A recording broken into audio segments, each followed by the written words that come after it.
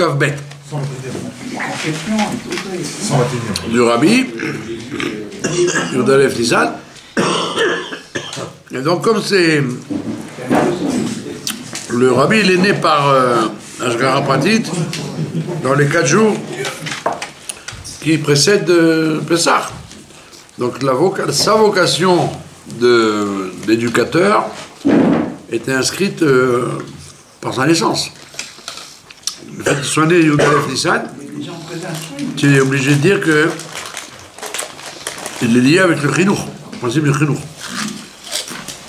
Puisque depuis le Rosh Chodesh Nissan, on est censé préparer la soirée du Seder, qui est la soirée du Chinour.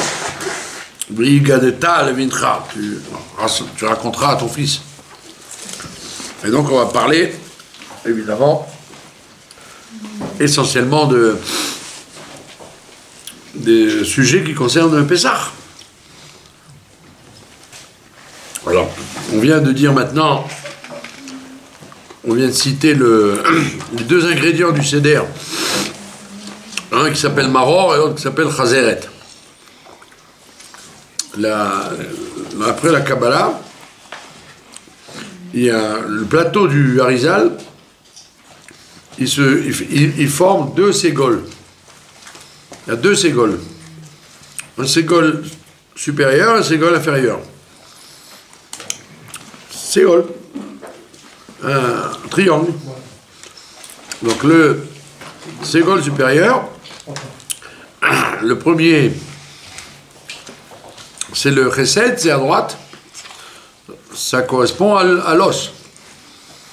À l'os, puisqu'il y a écrit là-bas, Bizroa Netouya, avec un bras étendu.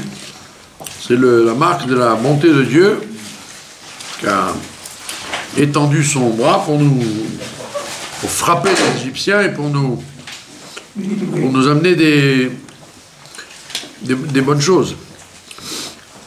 Donc le Korban Pessah, il est allusionné par l'os et correspond à la sphira de Chesed, la bonté de Dieu.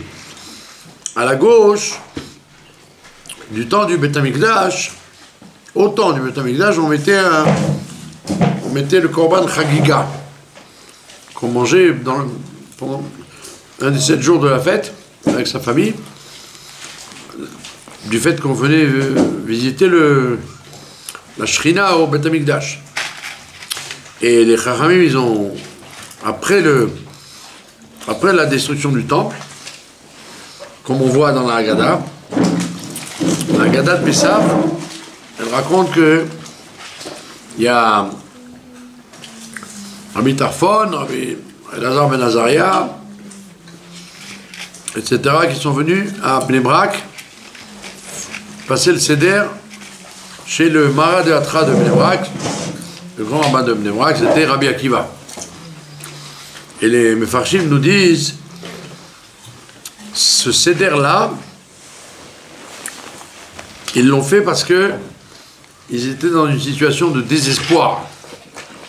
Désespoir à la suite de la destruction du temple et à la suite des pogroms, des massacres d'Adrien. À cause des massacres d'Adrien, ils sont venus, ils ont dit il faut qu'on soit consolé. On ne peut pas passer un Seder. Le soir du Seder, c'est une soirée de consolation. Comme on a vu ce matin, que ou Passar, Rashi, il dit, première explication de Passar, il dit Chemla, c'est la pitié de Dieu sur nous. Chemla, le premier pshat de Pessah, ça veut dire pitié, avoir pitié d'eux. Et rien qu'après, il y a le deuxième pshat qui dit Passar, ça veut dire il est passé par-dessus les maisons des Juifs pour attaquer les Égyptiens. Donc on voit bien que la soirée du Seder, c'est une soirée de consolation afin d'inviter le bon Dieu à nous emmener d'autres miracles pour sortir de la galoute. Et donc les Chachamim,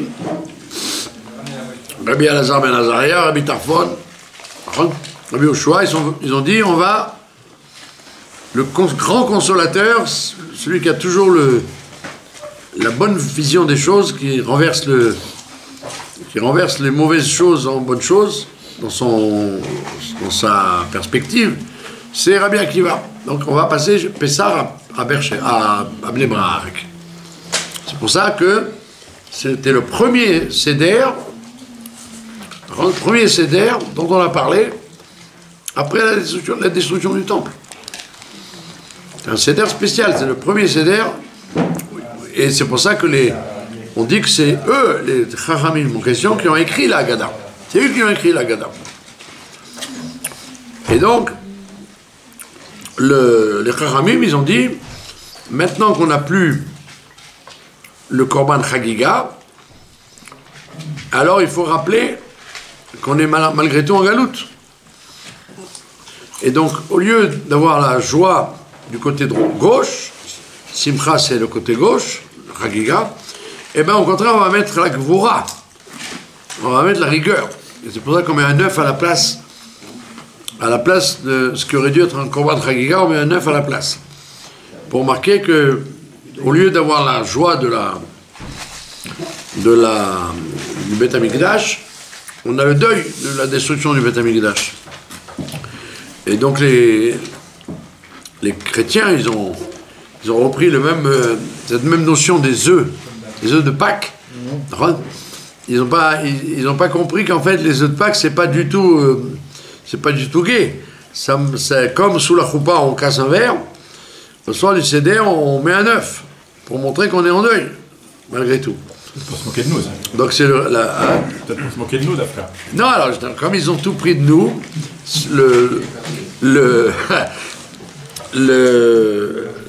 la scène, le dernier repas ça s'appelait la scène, en vérité là-bas il y avait un Chagiga, parce que c'était autant du Beth Amikdash.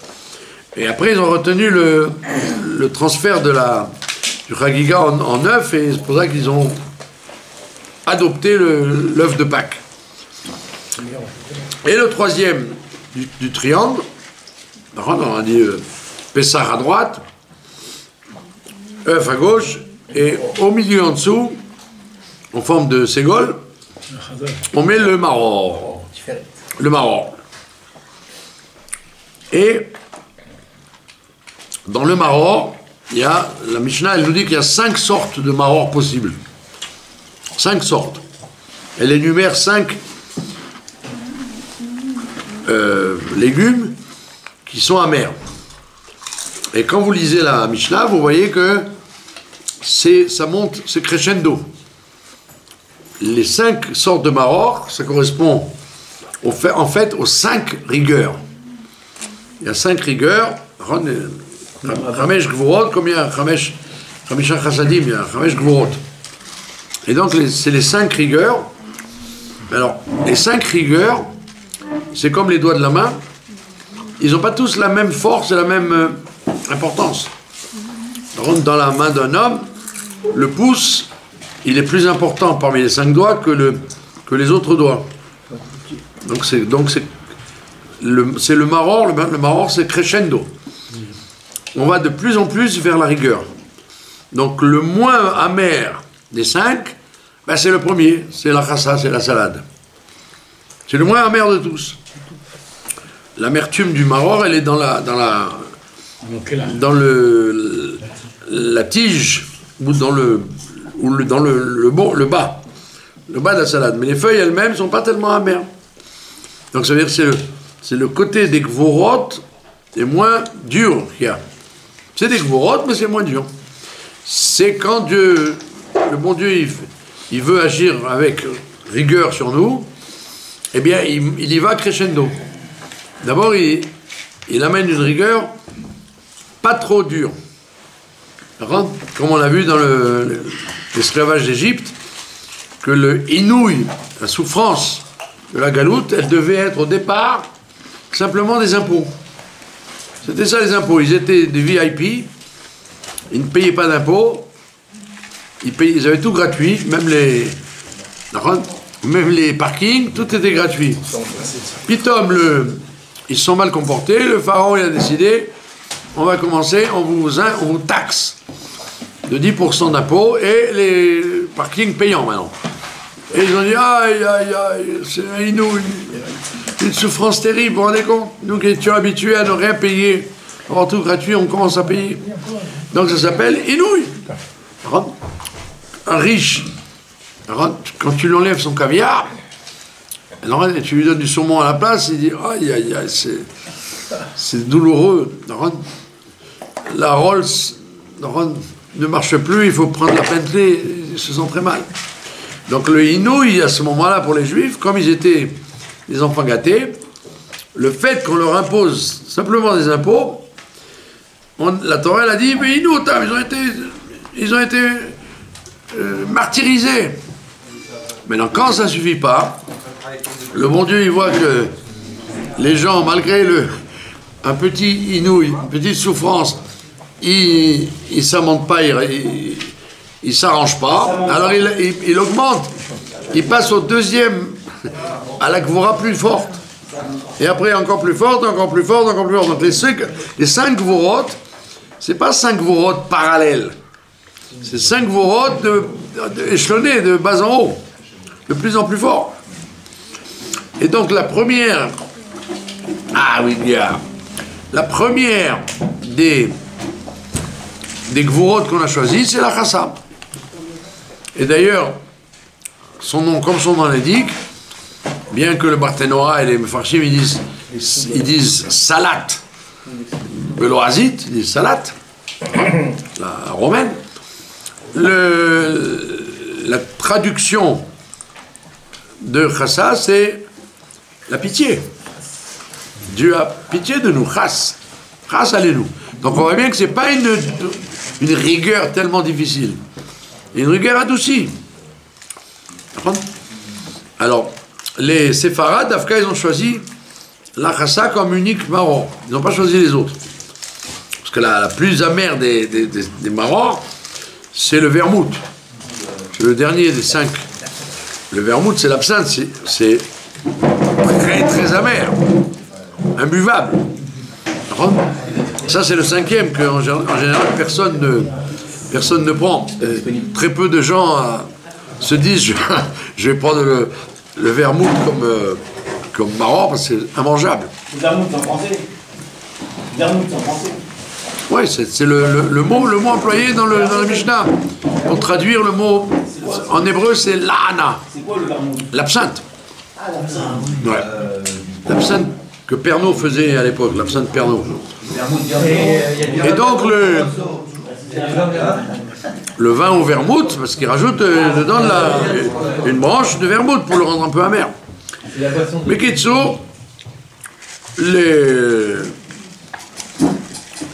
donc le monde séfarade, il n'a opté que pour le premier, chassa, en disant à Dieu, chasse, aie pitié de nous, ne nous envoie que comme souffrance, comme douleur, que un peu d'impôt, un peu de... Comme on voit dans les histoires pour enfants, quand c'est des histoires dans le monde ashkénaze, c'est le cosaque qui va tuer la personne. Quand c'est des histoires d'enfants chez les séfarades, c'est le sultan qui a augmenté le prix du poisson. Voilà. Ça va pas très loin là. C'est pas, ouais. Alors c'est toujours comme ça. Les histoires chez les séfarades, c'est le prix des drogues a monté, le prix des... Alors que dans le monde européen, c'est carrément le paritz, il va tuer les enfants, le tsar, il va égorger les... C'est beaucoup plus fort les gvurot en Europe que les gvurot en Orient. Et donc on voit bien que, oui, comme le monde séfarade, il disait, la souffrance, c'est que il n'y a pas tout le confort qu'on veut. Alors que dans le monde européen, la souffrance, c'était le vermouth, hein, c'était carrément les cosaques. Donc on voit bien que, alors maintenant en Europe, qu'est-ce qu'ils ont choisi? C'est pas qu'ils ont choisi, étant donné qu'il n'y a pas de salade, en Europe de l'Est, il n'y a pas de salade. Il faut aller dans le sud pour avoir de la salade. Donc ils ont choisi là le réfort. Le réfort, c'est une rigueur beaucoup plus forte que c'est beaucoup plus amer et beaucoup plus piquant que la salade. Donc le triangle qu'on a vu, donc, c'est Pessah à droite, Chagiga à gauche et Maror au milieu. Et tout ça, ce triangle-là, correspond à Yaakov Avinu. Correspond à Yaakov Avinu. Le triangle du départ, c'est Abraham, Yitzhak et Yaakov. Les trois d'en haut. Et vous avez les trois d'en bas. Dans le triangle inférieur, le ségol inférieur, vous avez encore un triangle. Vous avez Moshe à droite, qui correspond au Charoset. Moshe correspond au Charoset. C'est quoi le Charoset? C'est le mortier. C'est la, comme il dit le Maharal de Prague, c'est le Netzach. C'est la force de vaincre. Et ça, c'est le mortier. C'est-à-dire on n'a pas été mangé par la galoute, on a résisté à la galoute. C'est le travail de Moshe Rabbeinu de Midat HaNitzachon, de vaincre la galoute. Et à gauche, donc, toujours le triangle, le triangle d'en bas, la gauche, c'est le Karpas. Le Karpas, c'est Aaron à Cohen. C'est pour ça que le Karpas, il vaut mieux que ce soit du céleri qu'autre chose, puisque c'est, comme son nom l'indique, Karpas, c'est le Chour Karpas ou Trelet, c'était vert, comme le céleri. Et comme la Mida de Hod, qui correspond à Aaron à Cohen, qui correspond aussi à la couleur, Chour Karpas ou Trelet, c'était les couleurs des habits du Kohen Gadol. Donc c'est Aaron à Cohen, et en dessous d'Aaron à Cohen, vous avez au milieu Yosef Hatzadik. Moshe, Aaron et Yosef. C'est comme les Avdil, même pas les Avdil, comme les 7 Ushpizim de la Souka, et les 7 espèces du Lulav. 7 espèces du Lulav, c'est aussi les 7 ingrédients du plateau. Donc vous avez, c'est pour ça que d'après le minag, le marron que vous mangez tout seul et le chazeret que vous mangez avec le sandwich, c'est en vérité la même chose. C'est Yaakov, Yosef. Yaakov et Yosef. Et évidemment, le plateau, tout le monde a compris. C'est qui le plateau? David Ameler. Kamouman, Malchut. Donc vous avez les 7 touches piscine et les 7 acteurs du Lulav qui sont représentés le soir du Seder. À la différence, c'est qu'à Sukkot, c'est quelque chose qui est autour de nous, Makif. Alors que le soir du Seder, c'est pnimi, on mange tout. C'est pas comme les 7 du Lulav et les 7 Ushpizim qui sont autour de nous. Non, c'est quelque chose, tu ingurgites, tu dois manger. Sur le plateau, il reste rien, tu manges tout. Sauf le roi. Hein? Et même la viande du roi, tu peux la manger le lendemain. D'accord? On voit bien qu'on peut tout, on doit tout manger, on doit tout disparaître. On ne doit pas laisser du... D'ailleurs, les enfants et les gourmands, ils se gênent pas pour terminer le charoset. Indépendamment des oreilles du Seder, ils le mangent comme dessert. Donc maintenant, là, il y a un des Mefarshim de la Haggadah qui dit quelle différence y a-t-il entre le Ségol d'en haut et le Ségol d'en bas? Abraham, Yitzhak et Yaakov d'en haut, Moshe, Aaron et Yosef d'en bas. Alors, c'est connu que les épreuves que Yaakov a eues, Yosef a eu les mêmes. Ils ont vécu la même vie. D'accord? À la seule différence, et elle est fondamentale, la seule différence qui est, mais elle est très très importante, c'est que dans les épreuves de Yaakov, on voyait que c'était la main de Dieu. C'était la main de Dieu dans les épreuves de Yaakov. Ce qui s'est passé avec Lavan, avec Esav, avec Dina, avec l'amant de Yosef, tout ça c'était la main de Dieu. Donc Yaakov, il avait la signature était claire. Alors que dans dans Yosef, on ne voit pas la main de Dieu. Tout ce qui se passe dans l'histoire de Yosef, dans les épreuves de Yosef, il n'y a aucun rapport avec la main de Dieu. Il va falloir attendre la fin du film pour comprendre en quoi c'est la main de Dieu. La preuve, c'est que Rabbi Shlomo Kluger, celui qui a permis la matzah machine, Rabbi Shlomo Kluger, il dit quelque chose d'extraordinaire. Il dit comment la Géoula a eu lieu. Non, il dit que... Non, c'est ça. Il explique un Yerushalmi. Le Yerushalmi, il dit, vous savez ce que c'est les... Pourquoi on boit 4 kosot? Pourquoi boit-on 4 kosot? Je parle en hébreu maintenant parce qu'il y a Avi qui est là, le pauvre il va perdre son temps. אני מדבר עברית עכשיו, אתה יודעים ça. אני לא רוצה. כבר רבע שעה מפה. ושלוש שעות אני פה, אז אני צריך להתייחס אליך? איזה חוצפה. אוקיי, רבותיי, אין לי זמן, אני צריך לדבר עברית. אבי נמצא פה, זה בושה וחרפה, אני צריך להמשיך. אז שואל, הירושלמי שואל שאלה מעניינת, למה שותים 4 כוסות? 4 כוסות? אז הוא עונה, בגלל 3 פעמים כוס שכתוב לגבי שר המשקים. השר המשקים כתוב שמה כוס, כוס, כוס, 3 פעמים.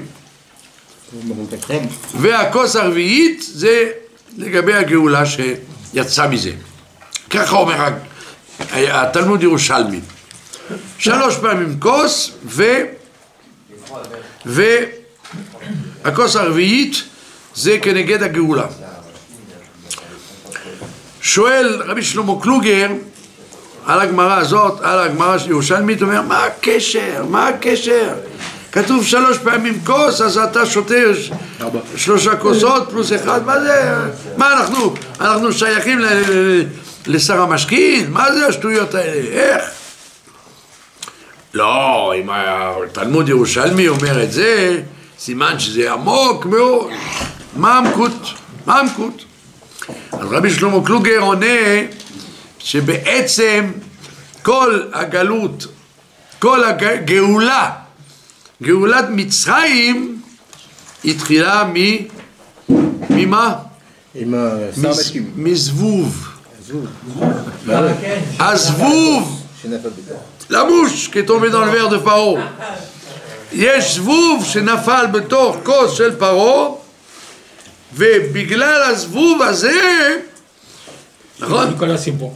שר המשקים נכנס בבית סוהר, יוסף פותר את החלום שלו, פרו מוציא את יוסף מהבור, הופך להיות מלך מצרים, יעקב יכול להיכנס למצרים, וכל הסיפור של יציאת מצרים מתחילה בגלל הזבוב. הזבוב, זאת אומרת ההשגחה פרטית, זה השגחה פרטית, שהקדוש ברוך הוא מאות שנים לפני הגאולה הביא זבוב בכוס של פרו כדי להביא את הגאולה כמה מאות שנים אחר כך. פילי פלאים, נכון? הזבוב הוא המקור של הגאולה, נכון? בגלל זה כתוב 3 פעמים, זה בגלל שר המשקים. לגבי שר המשקים מתגלגל הסיפור של יציאה מן הבור של יוסף הצדיק. זה פלא. ומזה לומד רבי שלמה קלוגר שאסור לזלזל בכל שום דבר, שאתה רואה שבגלל זבוב הייתה גאולה. נכון? אתה לא מבין את ההשתלשלות, והתורה, אתה מתבונן, אתה רואה שההשתלשלות שלה. אז מזה רואים שבעצם כל מה שקרה ליעקב אבינו זה היה בגלוי. הקדוש ברוך הוא, נכון, דיבר איתו, נכון, לגבי ולבן, הוא מדבר איתו, זה הכל התרחש, מה שמתרחש ליעקב זה בגלוי. כל מה שמתרחש ביוסף זה לא בגלוי. שאתה לא יכול להגיד מה הקשר עם הזבוב, מה הקשר עם הכוס, מה הקשר עם פרעה, מה, כל זה התגלגל עד גאולת מצרים.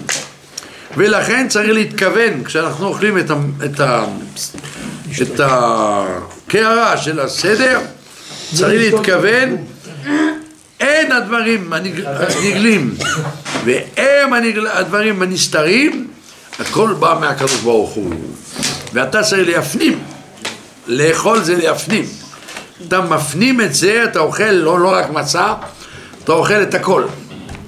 ולכן גם כן בארץ אנחנו אוכלים את הביצה בהטרלת הסעודה, שאין לנו סדר שני במחרת. בחוץ לארץ הם לא אוכלים את הביצה, משאירים אותה למחרת, אבל אצלנו לא. אז אנחנו אוכלים את הביצה הטרלת הסעודה כדי להראות שלא משאירים כלום על הקערה. אבל לא עושים קערה בסדר שני? אצלנו לא. אבל עושים אותו דבר? אבל גוררים את הביצה לשם הזה? מה?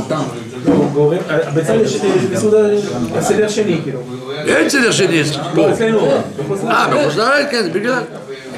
לחיים, לחיים, לחיים. לחיים, לחיים. לא, חשמל. Le jus électrique.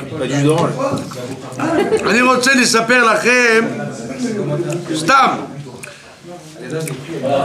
י"א ניסן, טוב לדבר, לספר סיפור של הרבי.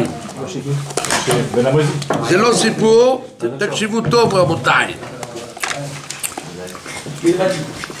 הרבי קיבל פעם קבוצת סטודנטים ביחידות, סטודנטים אמריקאים שהיו באוניברסיטאות, קולומביה וכל זה, היו מאסטרים, לא סוג ב'. ביקור של הסטודנטים שהיו בניו יורק, רצו לבקר אותו, וידעו שהרבי הוא בן אדם סופר חכם, הרבה דוקטורט, הרבה דעה. אז הם היו במשחק שלו, בחדר שלו, והרבי מדבר, נכון שהתורה והמדע זה לא, אין סתירה בין התורה ובין המדע, והפוך, התורה מעודדת את המדע, התורה זה המדע של המדע, והמדע עוזר לתורה, הכל בסדר. ופתאום יש תלמיד אחד, סטודנט אחד, שרואה על השולחן של הרבי, הוא רואה מוחק, בנגום, מחק. שואל את הרבי, כבודו, כבוד הרב, יש לך comment on dit ça une gomme, ouais. Il y a une gomme sur ta table, comme ça, שואל את הרבי, נכון? הרבי מוחק. זאת אומרת, חשבנו שאתה בן אדם כל כך חכם, שלא ייתכן שאתה תכתוב, נכון? בעיפרון ואתה תמחוק רקע, מוזר. בן אדם חכם כמוך, איך ייתכן שהוא מוחק? בדרך כלל אתה כותב, זה סופית, זה בסדר, נכון? למה אתה מוחק? אתה משתמש במחק? ככה שואל הסטודנט. אז הרבי עונה לו, כן, אני מוחק כל יום. הוא אומר, כל יום? כן. כל יום אני מוחק היום של אתמול. אתמול לא קיים. מה שחשוב זה היה. שלפעמים אתה רואה בן אדם, בני אדם בדרך כלל חיים עם המזוודות שלהם, סוחבים את המזוודות שלהם, נכון? אתה רואה אנשים שבגיל 80 הם עדיין מספרים, למה לא עשיתי את זה לפני 80 שנה, 70 שנה, 20 שנה? לא, תמחוק את העבר, מה אכפת לך מה שלא עשית, מה שכן עשית? יש לך יום חדש, תעשה דברים חדשים. אל תצבור כישלונות או הצלחות. אני עשיתי זה וזה וזה וזה. לא, אתה היום מתחיל. וגם כן בשלילי. עשיתי את זה, אני מתחרט על מה שעשיתי, לא, תמחוק את העבר, תתחיל מחדש את היום שלך. סיפור יפה או לא?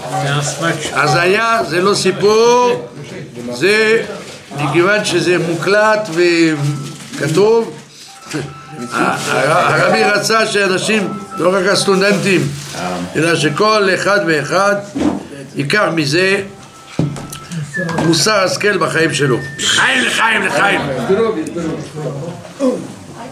לחיים הרב. ça va mieux? Quoi, ça va mieux? Il est là. Ça va mieux. Il est là. Ah bon? En arabe, on dit Elifet, mais. En arabe, on dit Elifet, mais. Ce qui est passé est passé. Il est mort. Allah. Le passé est mort. Switch off.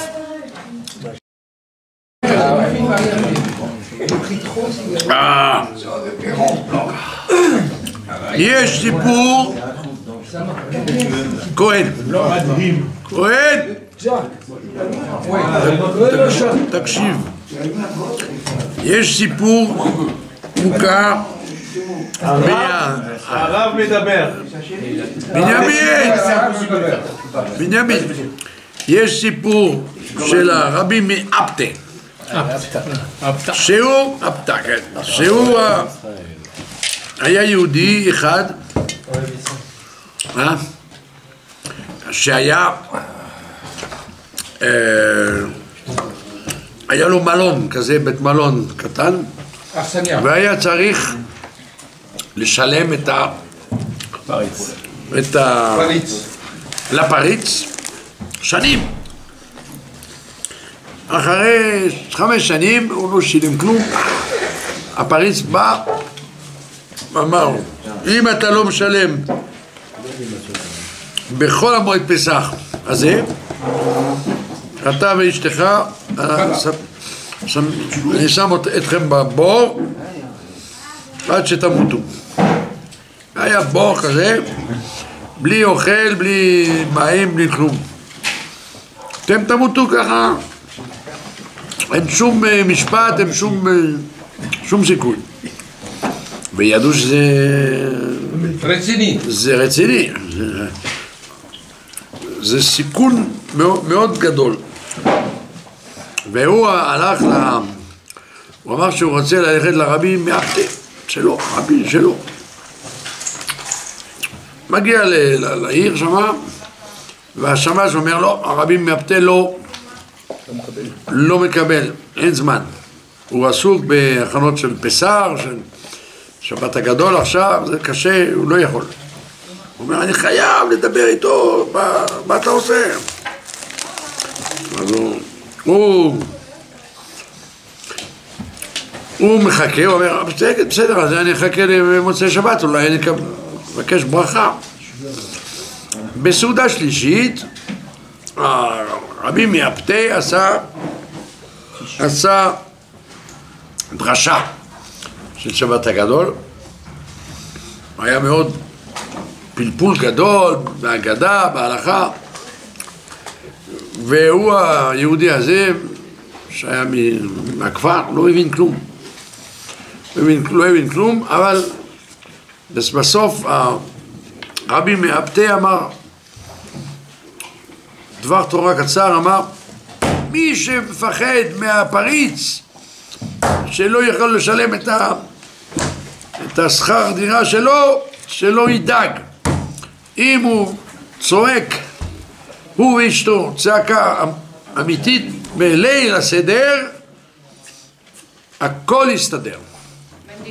צריך לבקש מהקדוש ברוך הוא, לא סתם בניגונים ובצעקות, זעקות את צעקות. לבקש ממש, באמת. מה שאתה צריך, אם אתה עושה את זה... הוא לא דיבר איתו, בלי ש... לא, הוא רק שמע. אם אתה צועק לקדוש ברוך הוא, הכל מסתדר. והוא אמר, וואו, הוא נתן לי את התשובה. מגיע הביתה, אשתו שואלת, מה אומר הרבי? הוא אומר, קיבלת ברכה? לא קיבלתי ברכה. אז מה עשית שם? לא קיבלתי ברכה, אבל קיבלתי את התשובה. עצה. מגיע ליל הסדר, והוא ואשתו מתחילים לצעוק, הקדוש ברוך הוא, תעזור לנו, אנחנו הילדים שלך, אנחנו זקוקים לעזרה, וצועקים ומתפללים ככה בליל הסדר בהגדה, נכון? בטקס ההגדה, ככה ברצינות.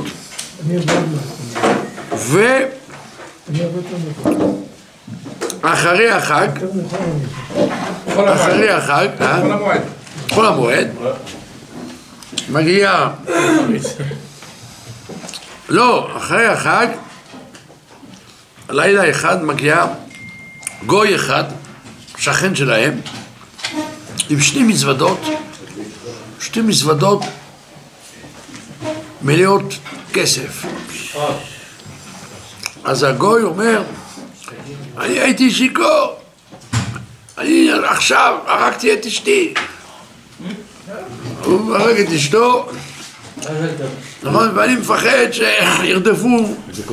שירדפו לי, יש לי שתי מזוודות, זה מלא כסף, אתם יכולים לשמור על זה עד שאני אחזור. אני מקווה שאני אחזור. אז אומרים, בסדר, זה היה השכן. אמרו, מה? צריך לעשות טובה לשכן. גוי. אוקראיני שם. מהודר. אוקראיני, הרשעים עצמם. והוא הרג את אשתו, בקיצור.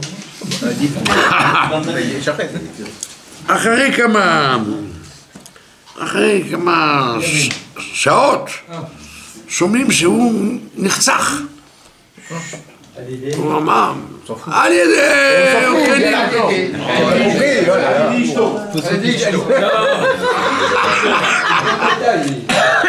וזה הם אמרו, אז הוא מת, היא מתה, הכסף שלנו. לקחו את הכסף. למחרת הפריץ מגיע, אומר, נו, ידלה, נו, איפה הכסף? הוא אומר, הנה, כבוד הרב, נתנו לו את הכסף, שילמו 5 שנים של שכר דירה, נשאר להם המון כסף לחיות בשקט, מזה לומדים שליל הסדר, ליל שימורים צריך, מי שיש לו בקשה מהקדוש ברוך הוא, לא רק בשפוך, כמו שאנחנו אומרים, אתה שפותח את הדלת, שפוך חמתך, הוא לוקח את... אתה אומר שפוך, אז אתה מתפלל, נכון? אבל אומרים לא רק בשפוך, אפילו באמצע הסדר, באמצע ההגדה, אל תתבייש, הקדוש ברוך הוא מקשיב, הוא אבא שלך. מה זה הסדר? אבא והבנים, אז מי אבא? זה הקדוש ברוך הוא. בגלל זה אצלנו אומרים, נכון? אומרים 4 קושיות אבא, אני צריך לשאול אותך 4 קושיות. תתי. זאת אומרת שאתה צריך לנצל את ההזדמנות הזאת של ליל הסדר. שואלים המפרשים לגבי מרדכי. איפה מרדכי? הוא פה? איפה מרדכי? איפה מרדכי הבא שלך? אתה הגעת לבד? וואו! מזל טוב. שואלים המפרשים לגבי מרדכי היהודי, כשהוא שמע שיש גזירת המן, נכון? למה הוא לא דחה את התענית ואת הצום שלו לקראת ראש השנה? מתי זה היה אמור להיות? בשנה הבאה, באדר. הוא היה בניסן. יש עוד 11 חודשים. מה אתה עכשיו אתה קובע צום ואתה מבטל את ליל הסדר? תדחה את זה לשבועות, לחנוכה. חנוכה זה היה לפני אחרי זה. תדחה את זה למועד אחר, ראש השנה, יום כיפור. דווקא בפסח אתה עושה את זה, נכון? זה לא, זה היא אמרה, לא? אבל למה, הם שניהם הסכימו, וקבעו על עם ישראל, נכון? ליום הסדר. כן, צומו ולא, אל תאכלו. אז שואלים מה מפרשים, למה הוא לא דחה את זה במקום אחר? זהו, יש זמן. אומרים לא, שבליל הסדר, זה היה ליל הסדר. יש המון דברים שהיו בליל הסדר. מלחמת 4 מלכים נגד 5 אצל אברהם, זה על ליל הסדר. ניצחון של אברהם, נכון? על כל המלכים, אז ליל הסדר. סנחריב רצה להרוג את עם ישראל, מתי זה היה? ליל הסדר. הרבה דברים עצומים הגיעו בליל הסדר. אז מה רואים מזה? שיש גזירות, שלפעמים ראש השנה ויום הכיפורים יכולים לבטל את זה. התשובה של 10 ימי תשובה מבטלות את הגזירות. אבל יש גזירות כל כך חמורות שראש השנה ויום הכיפורים לא יכולים כלום. אבל מי יכול? ליל הסדר. הכוח, הנוכחות של הקדוש ברוך הוא בליל הסדר הוא הרבה יותר גדול מימים נוראים, מכל הימים האחרים של השנה. בגלל זה צריך לנצל את זה. מי שזקוק לישועה לנצל את ליל הסדר, לא לחכות, נכון, לימים נוראים או לתשעה באב, לא, עכשיו. ולכן מרדכי היהודי הבין שזה עכשיו, עת חצון כדי לבטל את הגזירה, זה ליל הסדר, ולכן תגובה מיידית של הקדוש ברוך הוא, למחרת תלו את המן. כבר למחרת. יום שני של פסח תלו את המן. זאת אומרת שהכוח של הפוטנציאל של ליל הסדר הוא הרבה יותר ממה שאנחנו שוכחים. שבדרך כלל אנשים אומרים שהרכיבו אותו על הסוס, זה היה באותו תקופה? בדיוק באותו יום, פסח בבוקר, בדיוק. למה ליל הסדר אין כדוגמתו בכל השנה, זה יותר גדול משבת. למה שבת בשביל להגיע למדרגה הכי גדולה, רעב דרעבים צריך 4 תפילות, ופסח רק תפילה אחת, בדיוק. ולכן צריך רבותיי לנצל, נכון? אם משיח יבוא לפני כן, מה טוב? מה טוב הוא מניים. אבל המשיח נולד ב-11 בניסן. והקדוש ברוך הוא ירחם עלינו שנזכה גאולה שלמה, אמיתית ושלמות. חיים, חיים. Pour revenir à ce qu'a dit Pour rebondir. voilà, revenir à Roger Kluber. Comment c'est possible? Ah bah Shlomo Kluber. La Géoula, elle venait du ménage. Il faut faire au 74. La Géoula, elle venait du bouche. Elle est partie d'une mouche, ouais. Non, c'est quoi l'environnement? L'environnement d'une mouche. T'as arrêté l'environnement d'une mouche. Il y a une deuxième voiture, c'est dans la mer. Il y a 2 jambes. Donc la Géoula vient de la mouche. La mouche. Non. Non. Il est content de lui, mais... Bravo, mais... Pourquoi non? Quand on touche le fond. Mais il est là tous les jours. C'est pour... Absolument. Bravo, vous m'avez convaincu. Comment on explique que le... כך וכך שנים, ותמיד הרבי על זה קופץ על זה ונותן לו עוד אתגר ועוד אתגר, כן? הוא לא יגיד לך כל הכבוד. רואים את זה הרבה בשיחות גם. זה monsieur un milliardaire. והוא אומר, ככה תעשה, בסוף אתה עושה טובה לעצמך באמת. תמשיך, עוד 20 שנה, הוא נתן לך ברכה, עוד 20 שנה תתמור בחב"ד.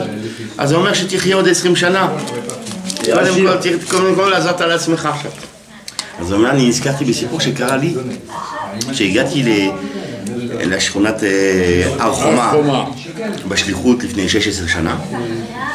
אז בחצי שנה הראשונה התחלתי להכיר אנשים, לשאול קשרים, שיעורים, ואני מקבל טלפון ערב אחד, בן אדם די מבוגר מדבר בטלפון מפריז, שלום, אתה השליח של חב"ד פה, כן? הנה, הבת שלי והחתן שלה באו לגור לא מזמן וצריך לחזק את החתן. מי זה? אומר את השם, התברר שאני כבר יצאתי איתם קשר ויש שיעור תניא שקבעתי אצלם. אז זאת אומרת שכן, אני מכיר אותם, כן, כן, כן. ואני מדבר עם הבן אדם, זה האבא של אותה אישה, אותו זוג. ואני מדבר איתו ואני מתחיל ככה להתעניין, מי אתה? אני כך, אני חסיד לובביץ', גר בצרפת, ותוך כדי אני שואל אותו שאלות, ואני אומר לו, אתה היית גר ברובע 20 בפריז? כן, כן. היית עוסק במבצע נשק?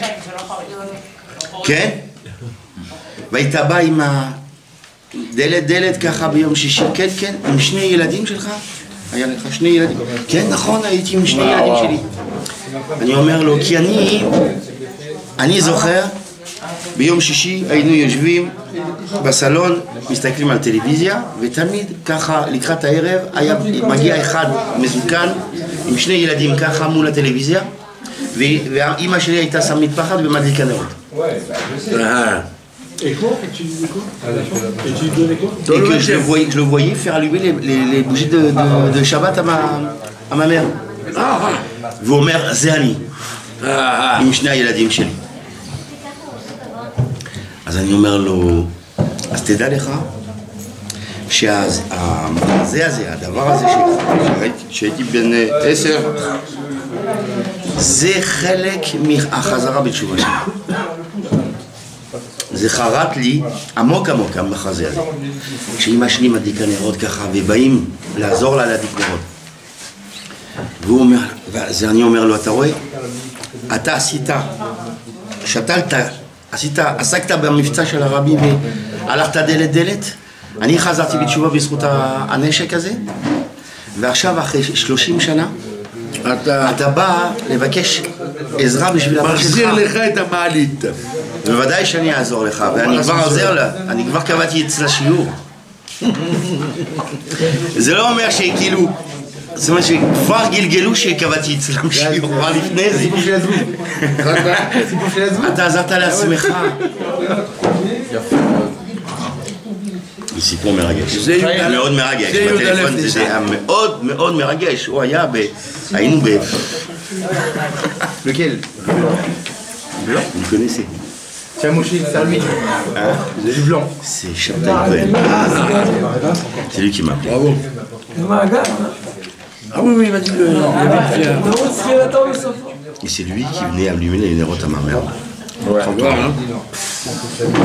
Elle n'était pas encore née. Incroyable. Aïe, aïe, aïe, aïe, aïe, Non, c'est pas la fin du Mahamar là.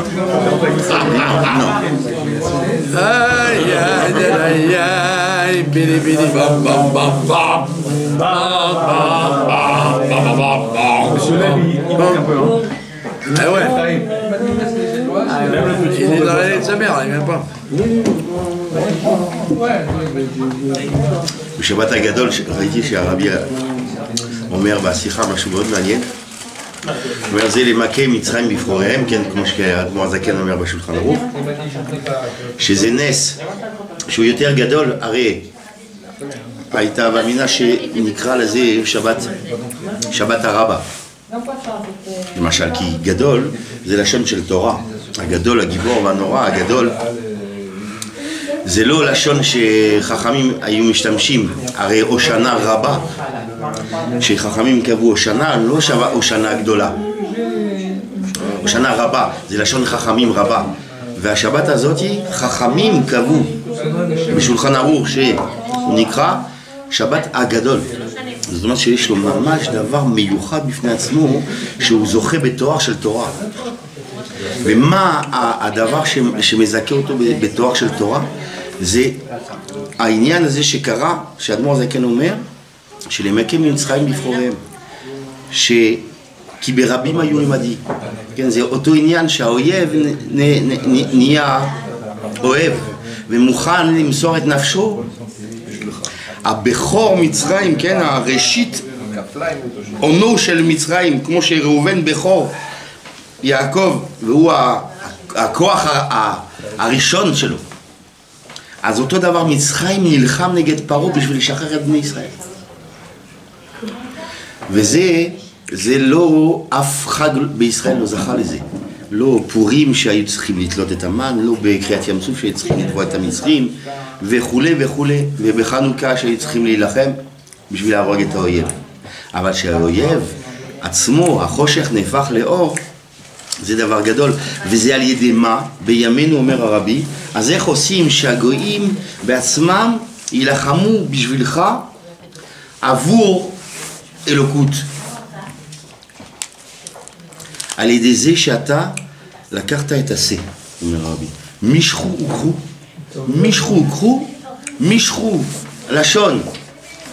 סור מרע, אתה נזהר מלעבור על רצון השם, וקחו, זה עניין של ועשה טוב, זה לקיים תורה ומצוות בגאווה. על ידי זה פועל משכו וקחו של כל יהודי, זה פועל שהקדוש ברוך הוא יסדר שהאומות עצמם יעשו את העבודה. לחיים, לחיים. Chaim. Il nous a laissé en plein milieu. C'est beau quand même. C'est formidable. Magnifique. Il reste un fond. יונה מצבו מנוח. Un fond de bourra. Non, pas tout, il y a trop là. Juste pour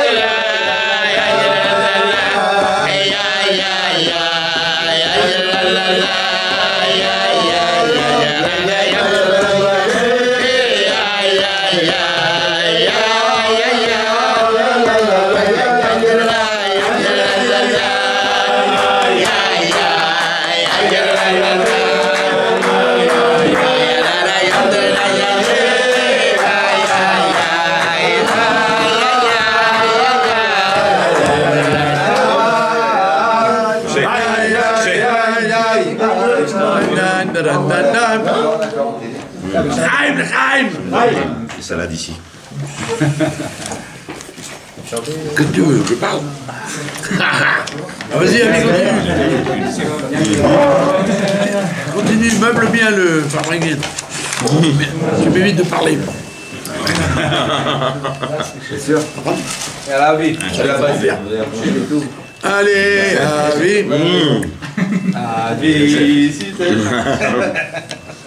Elles sont bonnes les salades ici. Et alors? C'est Rav Yosef. Oh là. C'est fait main, hein. Ah ouais. Maison. Le transport, le truc, c'est bon. Et ça ne contient pas d'écriture. Magnifique. C'est frais. Voilà.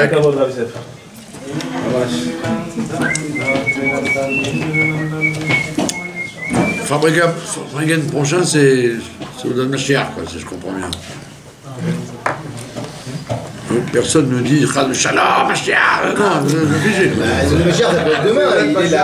Ah, quand même. Vous êtes Olam que Minagonoeg, hein, 22 Misnagdim que vous êtes. Hein. C'est pas un mistake, c'est le rabbin. Ça montre qu'on est confortable dans lequel vous מי ששותה, אמרתי את זה בוקר, חוזר על זה, מי ששותה יין של קדושת שביעית, נכון? אוצר בית דין, אז צריך להיזהר כשהוא שופך את הכוס השני, שהכוס השני מוזגים אותו ולא שותים אותו, משתמשים בו לזרוק בפח. אסור? אם זה קדושת שביעית, אסור. אז אתה צריך לקחת יין רגיל, ולא של קדושת שביעית לכוס השני. יש הרבה שמשתמשים במיץ ענבים ויינות של אוצר בית דין. כמובן לליל הסדר זה לא פשוט, אסור לשפוך על השולחן, אסור לזלזל, אבל זה גם כן סוף הביאור. ביאור של שביעית זה עכשיו, ליל הסדר. אז עדיף, נכון, לגמור את היין או ליל הסדר או סעודת משיח. אוקיי? לא, אני מכיר הרבה אנשים שקנו יותר זול, כן, זה יותר זול, אז בגלל זה אמרו, טוב, ליל הסדר, קדושת שביעית, אבל לא לשפוך שום טיפה על השולחן, לשתות הכל. Comment vous faites le distinguo? מה? Comment vous faites le distinguo? écrit, sur le bouteille, c'est écrit. Ah, soit. Bah oui, אוצר בית דין, היתר מכירה ou... Non, il faut goûter. Dès que tu goûtes, tu vas voir, ça peut pas manquer. C'est du magnifique. רגע, אז בקידוש אתה לא מוזג אותו עד הסוף? מה? שלא יישפך. אתה לא שופר, לא בהבדלה. אז אתה לא ממלא עד הסוף? בקידוש. אתה לא שופך, אתה שופך. אבל אתה לא ממלא עד הסוף, זה שפר. מה שנופל מהצום אחר. אז אל תעשה גדוש. אל תמלא גדוש. אפילו גדוש. Non, je vais tout finir sur place. הוא מחזיר את זה עליו. מקסימום. אתה צריך שיישפך. סימן ברכה. אין droit. זה נופל הצלחת. Si tu le remets. Pour être gentil, c'est pas la C'est 2022, c'est toujours קדושת שביעית או היתר מכירה. Ou alors, ils vous envie de... Ils achètent du raisin de Moldovia ou de l'Italie. C'est une prise de thé quand même, parce que c'est quand même un... C'est une prise de thé, c'est une mise. Non, mais c'est important, faut pas... Moi, je t'ai dit...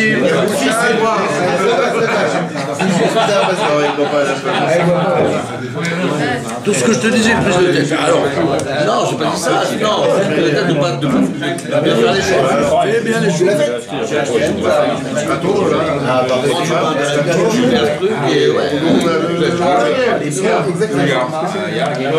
Des mitzvot, c'est שחזרת בתשובה. למה? לא חזרת בתשובה? La Shemitah 12 mois, en fait, c'est 18 כל יום מחדש. כל יום. ça reste, ouais. דף חדש. כל יום. אתה מוחק את הדף הקודם. מי מכיר את הסיפור? אתה לא מוחק, אתה הופך דף. אתם מכירים את הסגולה הזאת? מי שרוצה לעבור את פסח בהרחבה? מה? סגולה, דוקה, צריך לספר 3 סיפורים. מתי? אתם מכירים את זה? מתי? אתם זוכרים את הסיפורים? לא. בוא נראה אתכם, בוא נעשה מבחן, לא זוכר. מה זה בהרחבה? מה הפירוש? אז אומרים שאם מספרים את הסיפורים הזה, אני לא זוכר מי אמר את זה, או זה רבי אלימילה מליז'אנס, או הסיפור הראשון דווקא איתו, או רבי מנחם מנדל מרבנו, אני לא זוכר בדיוק, אני צריך לשאול את אשתי, היא יודעת. אז הסיפור הראשון הוא ככה, הסיפור הראשון זה סיפור דווקא עם רבי אלימילה מליז'אנס, היה איזה חסיד שלו, שנתפס על ידי הרשויות בזמן שהוא עבר את הגבול, רצו לבדוק ותעשו את כל הסחורה שלו, זה יין, והתעלף, בן אדם התעלף, הוא לא יודע מה לעשות, ריבונו של עולם נסע מהר במהירות אצל רבי מלך, ואמר לו תראי כך וכך, אם הם בודקים אני גמור. אז רבי אלימלך אמר לו אל תדאג, שיפתחו את החביות, יראו רק מים. אבל אם הם תואמים, תאמו גם מים, טעם מים. טוב, היה שמח בחלקו, עבר את הגבול, נתפס. ואז אמרו, מה יש לך? אז הוא אמר, מים. פתחו את החביות, טעמו, באמת מים. אבל עכשיו הוא בצרה, כי באמת זה מים. זה כבר לא יעיל, חוזר לרבי אלימלך, רבי, אבל לפרנסה שלי, איך אני אעבור הפסח, ריבונו של עולם, הכל הפך להיות מים. ואתה מה פתאום? זה יין. איך תבדוק? זה יין. הלך, פתח, יין. ואז זכה לעבור את הפסח בהרחבה, ברוך השם, בזכות הצדיק. סיפור שני, זה היה עם משפחה שהיו סוחרים את הבית המרזע שלהם מהפריץ. והפריץ הגיע לבית המרזע ואמר, ראה שיש המון אנשים ורעים בהמוניהם אצלו, נסע ברבע, הכל טוב ויפה. פריץ תעניין, אמרתי, וואי, יפה, דיבר עם היהודי, אני רואה שיש לך פרנסה טובה, אז אמר לו, כן, ברוך השם, תודה לאל. אני רואה שיש לך המון אנשים, כן, ברוך השם, תודה לאל. אתה שמח להיות כאן, נכון? כן, ברוך השם. תגיד לי, מה זה ברוך השם כל הפעם? זה אני הפריץ נותן לך פרנסה כאן. מה אתה ברוך השם? מה זה ברוך השם? לא, ברור שהקדוש ברוך הוא נותן לי את הפרנסה דרך הפריץ, כאילו אתה השליח שלו. מה אז בוא נראה אותך פעם פה, מתעצבן עליו, סוגר לו את הבית מהזה, בוא נראה אותך איך הפרנסה תגיע אליך. ובאמת, סגר לו את הברז, מה שנקרא. ופסח מתקרב ובא, ואין לו מה לאכול בו, כאילו אף אחד לא מגיע, יש איסור כניסה מהפריץ. והפריץ בינתיים היה טוב לב ושמח בחלקו, והיה לו תערבים. כל פעם שהוא היה נכנס לבית הכספת שלו, היה לוקח את הזהב ושם את זה בפה, לבדוק תמיד את המטבעות זהב שלו שהן אמיתיות. ולפריץ הזה היה קוף. הקוף הזה היה תמיד עם הפריץ.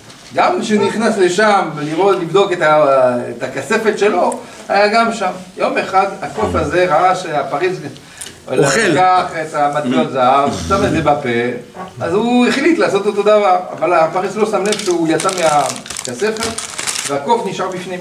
והוא הקוף אכל את זה באמת, חושב שהפריץ אכל עד שנחנק באמת. פתאום המשרת נכנס לכספת שהריחו מהמסריח, הבינו שהקוף שמה, ובאמת, ואז הפריץ אמר, בוא נראה, קח את הקוף, זרוק את זה ליהודי שיהיה לו מה לאכול בפסח. ובאמת ככה היה, צחקו את הקוף דרך החלון, החלון התנצה לרסיסים, וזה קרע את הבטן של הקוף. עד כדי כך שהקוף נפל, כולם נבהלו, פחדו, מה זה הדבר הזה? ופתאום ראו שהבטן של הקוף פתוח, ויוצא משם מטבעות של זהב. לקחו את הבינו שמן השמיים שלחו לו פרנסה בשפע. נבלה. ואז, בדיוק, ואז זכה לעבור את הפסח בשפע, באמת. ואז הפריץ הגיע בפסח, לראות מה קורה, בוא נראה מי זה הברוך השם הזה, מי זה, ואז התקרב, רואה את הבית מואר, וכולם יושבים על הסדר פסח, והשולחן ערוך עם כל טוב שבעולם, הילדים עם בגדים נקיים וחדשים, הכל טוב ויפה, מתפלא, מאיפה יש לו פרנסה? נכנס, תסביר לי, מה קורה? איך זכית לזה? אז הוא אומר, לא יודע, הקדוש ברוך הוא שלח לי קוף עם בטן מלא זהב.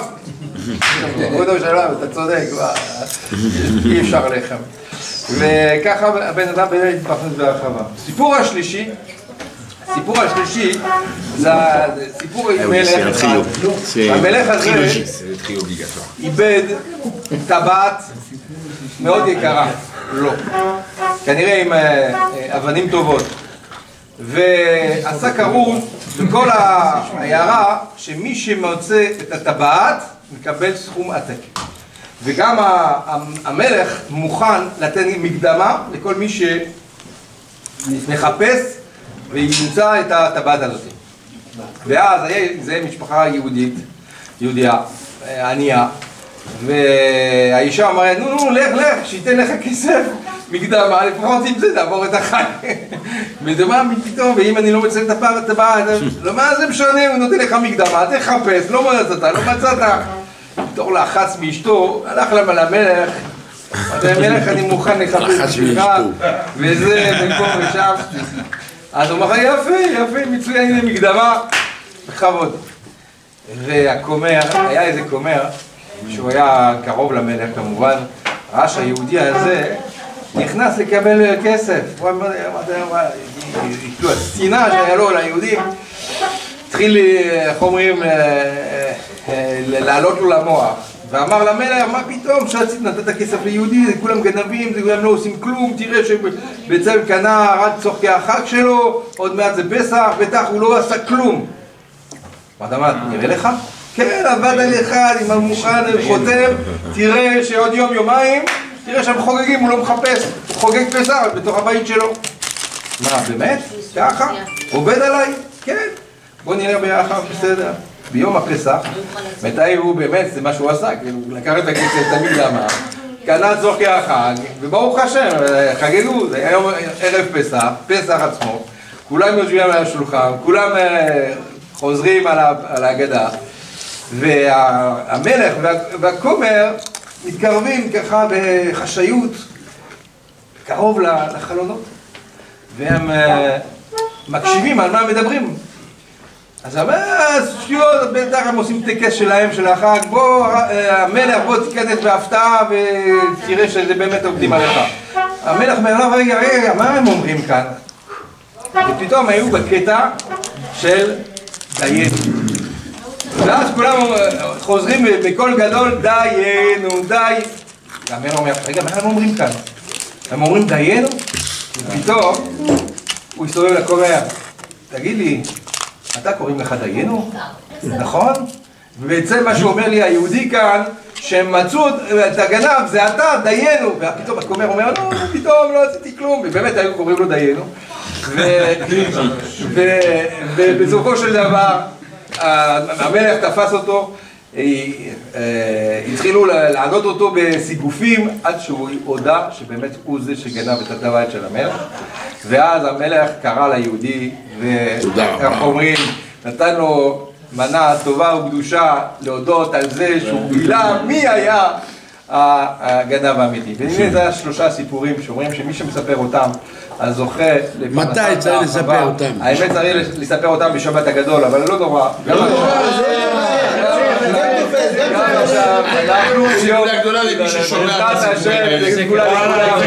שכולם יעברו את הפסח בהרחבה, בשפע ובאמת חיים האמת לקחתי את התפקיד של אבי ימיר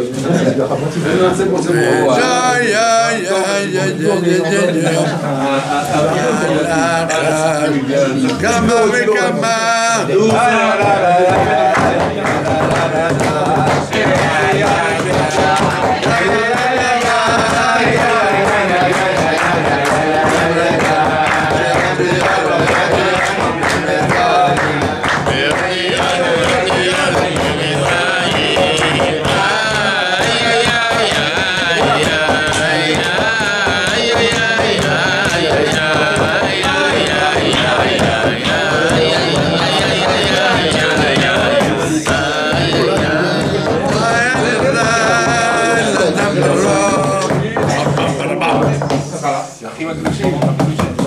כל הכבוד.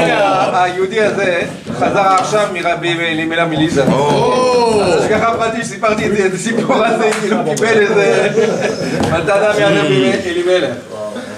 ספר לנו כמה סיפור על רבי אלימלך. רבי אלימלך. אח של הרב משה, אחים הקדושים.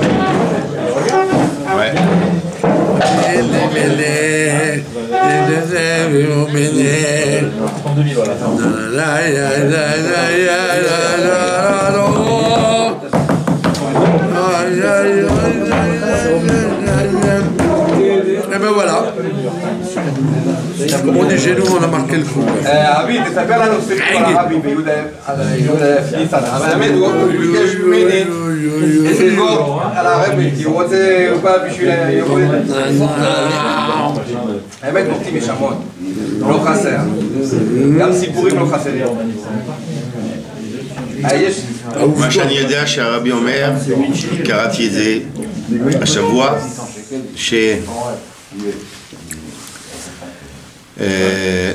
לא היינו צריכים לצאת ממצרים, לא זכינו לזה בכוח עצמנו בכלל.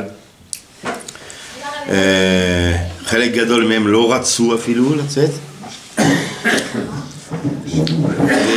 לא היינו יותר טובים מהמצרים.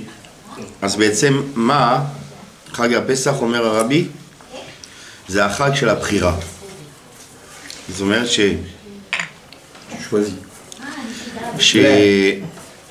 שבהרבה מקומות בהגדה באים להזכיר לנו חכמים שאנחנו עדיין במצרים.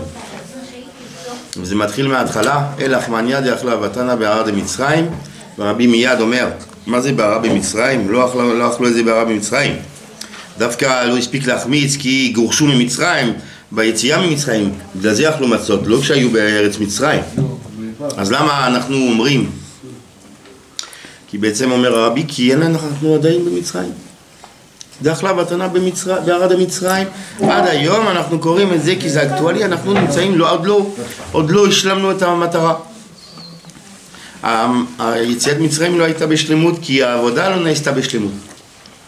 אז אם אתה עושה חצי עבודה, אז יש לך חצי גאולה. אז ממשיך, ואילו הוציא הקדוש ברוך הוא אותנו ממצרים, בנינו היינו עדיין, נכון שמה, אצל פרעה. ומה זאת אומרת? הקדוש ברוך הוא קבע לאברהם אבינו 400 שנה מקסימום, בברית בין הבתרים. מה, עד היום היינו, 3,000 שנה היינו במצרים? אז התשובה אומר רבי, לא, כי אנחנו עדיין במצרים. אנחנו לא יצאנו. עוד אחד, ואיש עמד על אבותינו, ואז שואל הרבי, אז מה הייתה והמינה שאנחנו עושים תורה ומצוות ואנחנו, כן, בני ישראל? יש המינה שהשם ייתן לגויים, לרשעים כאלו, להרוג את עם ישראל? שאנחנו צריכים לשבח אותו על זה? זה טבעי לכאורה, אומר לא. לא, כי מבחינתך אתה לא שווה יותר ממצרי.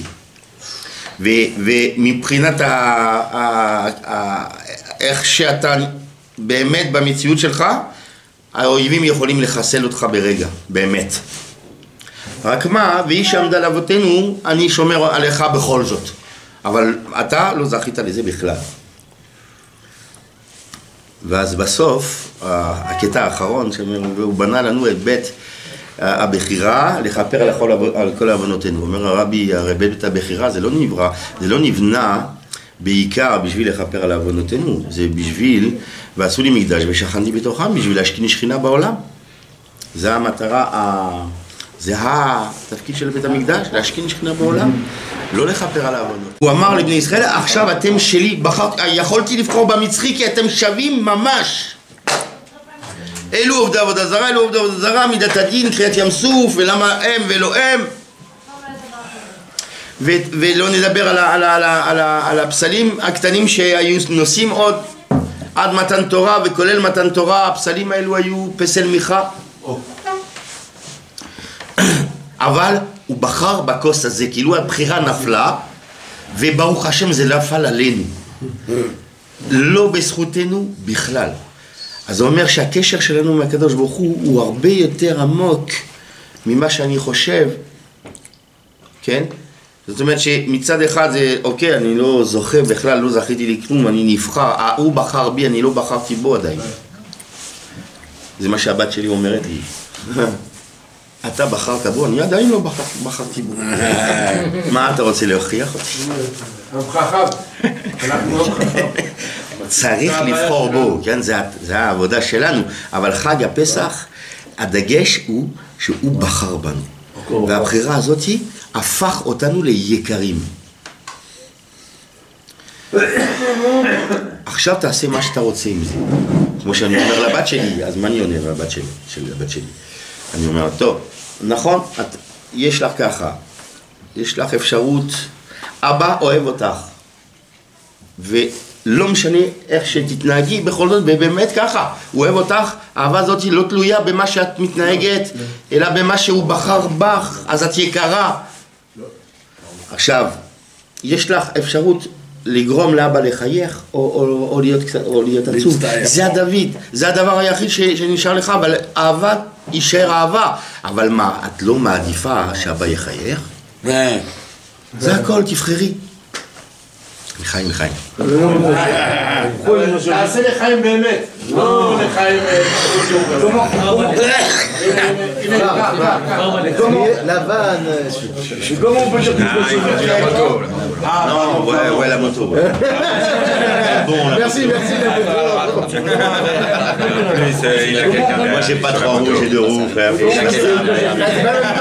Elle prend une petite dose. Cocaïne. Mais comment on peut dire qu'il nous a choisi? Déjà, c'était conclu avec Abraham.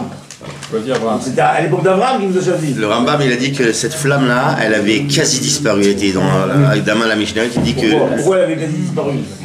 L'esclavage, les trucs, la galerie, etc. C'était Hachem vite, il a pris la flamme avant qu'elle s'éteigne. C'est comme ça qu'il explique.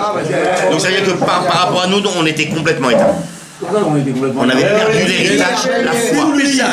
Qu'on soit complètement éteint ou pas complètement éteint. On n'est pas encore choisi. Non. On n'est pas encore choisi. Mais là, on n'est pas encore choisi. C'était le deal avec Abraham. Non, il y a une Abraham. promesse, il y a un projet, un beau projet. Ça peut tomber sur toi, mais si tu fais pas le poids, ça tombera sur quelqu'un d'autre. Et c'est ce qui s'est passé au 4-5e, ils sont restés en Égypte. Ils ont dit non, la foi d'Abraham, on n'en veut pas. Hop, d'accord, la Neshama, elle est sortie. Il n'y avait pas de pacte encore à la vie et à la mort, tu comprends? Le pacte était passé. Le deal avec Abraham. C'était quoi le deal avec Abraham? Des fleurs. C'est enfant tes enfants sont esclaves 410 ans, d'accord? Tes enfants, d'accord? Et après je les reprends. Si maintenant ces 400 ans deviennent insupportables, au point que les juifs lâchent prise, c'est pas du fait des juifs, c'est du fait du bon Dieu. Donc maintenant, si maintenant le bon Dieu résout la problématique qu'il a lui-même créée, c'est normal. Il est bon. D'accord. C'est normal. Donc qu'est-ce qu'on doit reprocher aux juifs? Rien. C'est jamais notre faute, toujours un fou du bon Dieu. Mais par définition. Par définition. Mais non. Mais comment? Tu es un enfant ou tu es un adulte? Tu vas trop vite. Pas d'accord. 5 secondes. Comment? Mais Meir, ça marche très bien.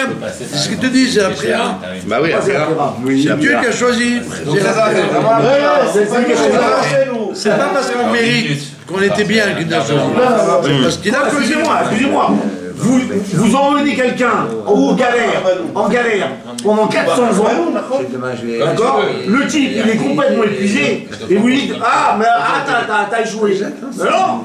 Non, je t'ai choisi, c'est pour ça que ça va bien parce que je t'ai choisi. Ah, depuis le Pas parce que début, tu as j'ai choisi à l'époque d'Abraham. Tu n'as pas été c'est ton terrain. convenable, je m'en fous, je t'ai choisi. Oui, donc j'étais choisi à l'époque d'Abraham. Pas maintenant. Déjà, mais c'est tout un choix qui a duré 7 ans. C'est ça? Ok, d'accord. Dis comme ça, ok. Dis comme ça, ok. C'est pas il nous a choisi, Peter. Non, c'est pas il nous a choisi alors qu'on ne méritait pas. Depuis le début, il nous a choisi. Voilà. Mais quoi qu'on le fasse, il nous a choisi depuis le début. Voilà, c'est ça. Très bien. Comme ça, dis comme ça. Tu vois bien que Le choix s'est révélé à Pessah. C'était pas un choix au niveau de l'individu. C'était un choix de scénario. Enfin, il a choisi le scénario. Il y a la distance. Et là, l'acteur principal du scénario, c'est nous. On l'a choisi. C'est pas ça. Moi, je suis au sport. C'est un sport Beaucoup d'ananas,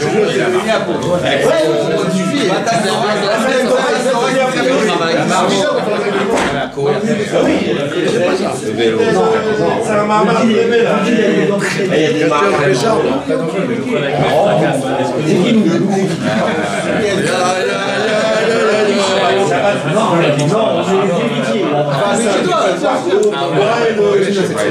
Ceux qui ont concrétisé les amitiés. Non, moi, je peux vous regarder. Allez, Voilà, ce que je peux faire.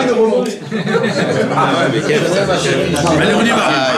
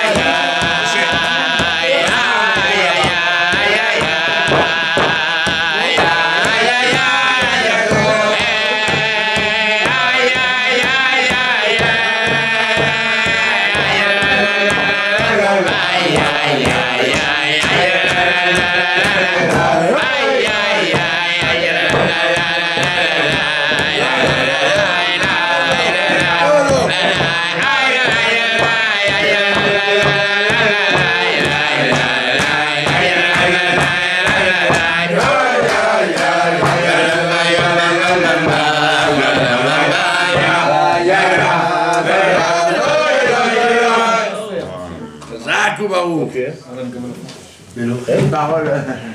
Quoi? Quoi, ça éteint? Je sais pas. Ça enregistre.